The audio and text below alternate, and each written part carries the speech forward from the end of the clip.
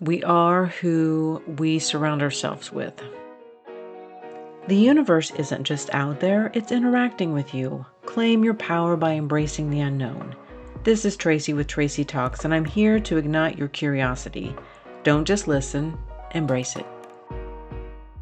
I love it that I'm in my midlife and I can still hear things and have this realization that I haven't been looking at things in a complete way. I was recently listening to a podcast, and this person was talking about the relationships that we have in our life and who do we surround ourselves with. And it was just this basic statement of, if you want to be in my life, you have to make life better. This light bulb in me kind of went off, and it was like, what? It sounds so simple. It sounds so obvious. But I don't know that I have been walking through life intentionally evaluating the people around me. Again, being raised as someone who we are supposed to be nice and be agreeable and go with the flow in many ways, where we just interact with people. We allow people into our lives because we don't want to set a boundary and say no and limit our exposure. And when I heard her say this, it was literally like, why have I never done this before?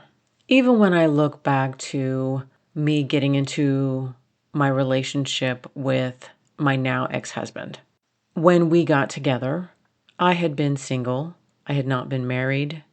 I didn't have any kids. I didn't feel like I had a lot in my immediate world and my immediate surroundings that I was really bringing into the relationship at the time.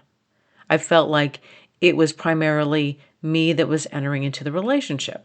Whereas he came into the relationship with a lot. He came into it at a time when he had filed for divorce, but that was not final. He had a child, he had an ex-wife, and he had circumstances that required a lot of attention. It's not bad. It's not bad that he brought all of these things into the relationship. However, it wasn't an equal situation. I didn't have all of those circumstances that required a lot of my personal attention. When I look back now on that time, I realize that I wasn't considering all of the factors, because when I make the statement, you have to make my life better to be in my life, there comes a certain point where we can't just look at the positives that somebody's bringing. We have to look at the full experience. We have to look at the positives and the negatives. I wasn't doing that at the time. I wasn't looking at everything that we were bringing to the table and how were we going to create a future, a vision that we both had, or how that was even going to work. I think one of the biggest traps that I was under the influence of was I was looking at potential. I was looking at a future state that this person may or may not even get to. I wasn't looking at the current situation, the current environment, and really accepting that this is or could be how life was always going to be. Was this the normal state? The relationship as it is right now in this moment, can I live in this? Can I thrive in this? That's also a very important distinction. Asking myself, can I live in this versus can I thrive in this? Because a lot of us think we can live in this current environment, but can we really thrive? Can we really become the fullest sense of ourselves?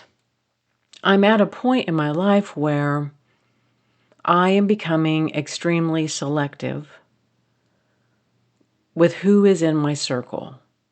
We all need to feel safe. We need to feel supported. We need to feel like we are surrounded by people who are uplifting us and who are each walking their own path and have their own goals and objectives and live life with intention. And I look back on some of these relationship choices that I made, and I was looking at them through a different perspective of, is this something that I can live with? And not necessarily, how is this going to feel 10 years down the road? Still being in this environment, still having so much to work through. When someone comes to the table and they have a lot going on in their life, there is a lot of communication, a lot of negotiation, a lot of how are we going to work through this? How are we going to navigate through this? And I didn't have that. I didn't have that experience to bring to the table. And I think we also have to be real when we present ourselves as well. And I was listening to someone talk about creating a dating profile.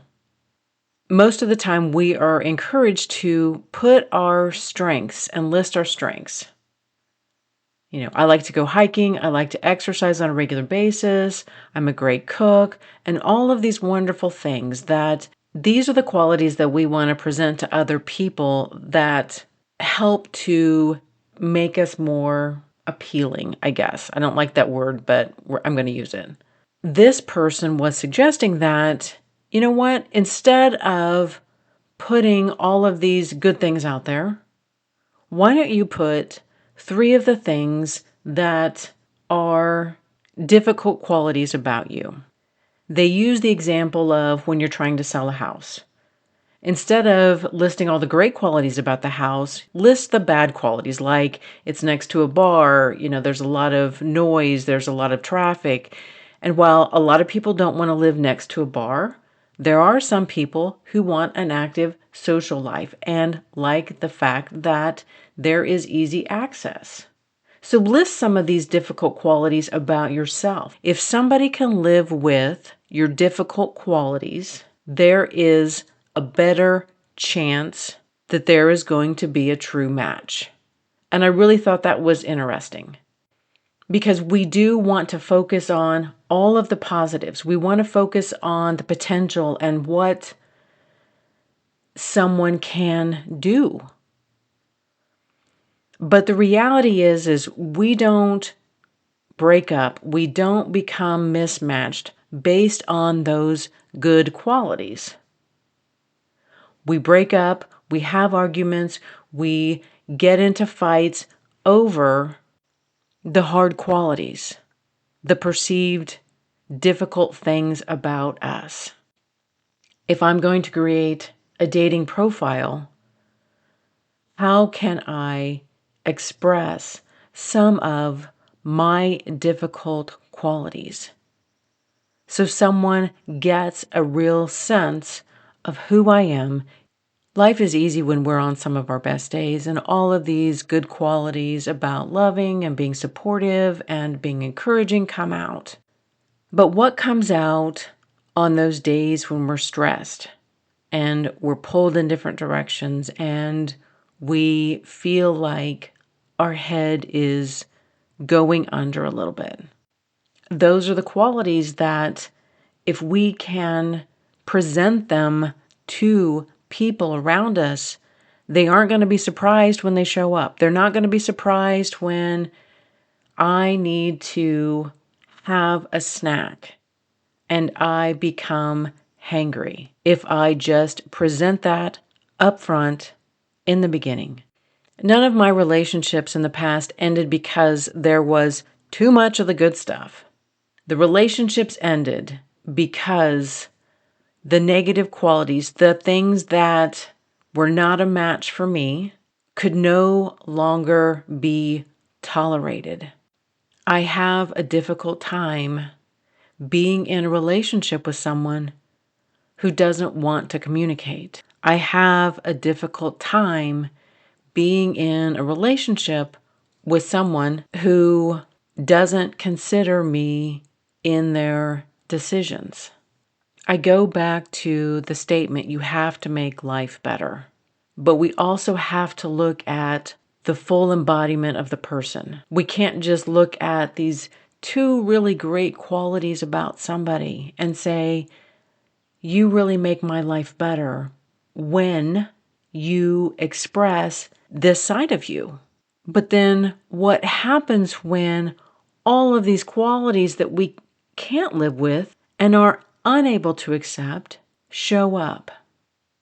At this point, life is too precious to continue to spend time with people who don't think like me, don't support my growth, my dreams, who aren't aligned with the same priorities that I have. I've learned that my intuition is often right. If I meet someone and I get a hit, I need to go with that gut reaction and not guess it, not second guess it, not question it, go with it. Have these hard conversations up front. I know when you listen to relationship coaches and there is a lot of discussion about how, women want to talk about some of these hard topics early on. And men were like, we're just here to have some fun and we don't really want to get serious and we don't want to talk about all this stuff. But that's how you know early on. Do I just need to go? Because I will. I'm not going to waste months and years of my life with someone who just wants to have fun. And I think that's all right. If he doesn't want to talk about it, move on. And finally, people rarely change when someone else is trying to force that change. Do I believe that people have the potential to turn their life around? Absolutely.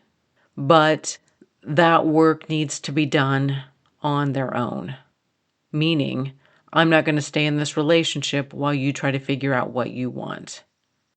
That may be different for someone who's been in a long-term relationship for someone, but at this point, I am coming from that as someone who doesn't have a 25-year relationship that I'm trying to save.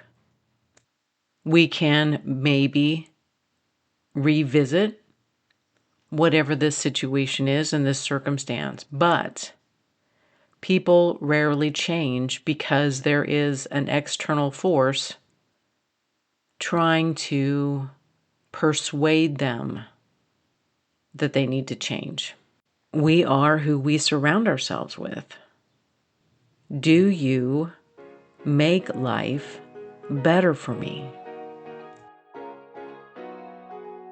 Thank you for listening to this episode of Tracy Talks. Remember to rate, review, and subscribe, and share with others who would enjoy listening to this podcast. Friends can find Tracy Talks available on iTunes, Spotify, Substack, and YouTube. Hit me up on Instagram and Facebook at more Tracy Talks. And until next time, we meet again.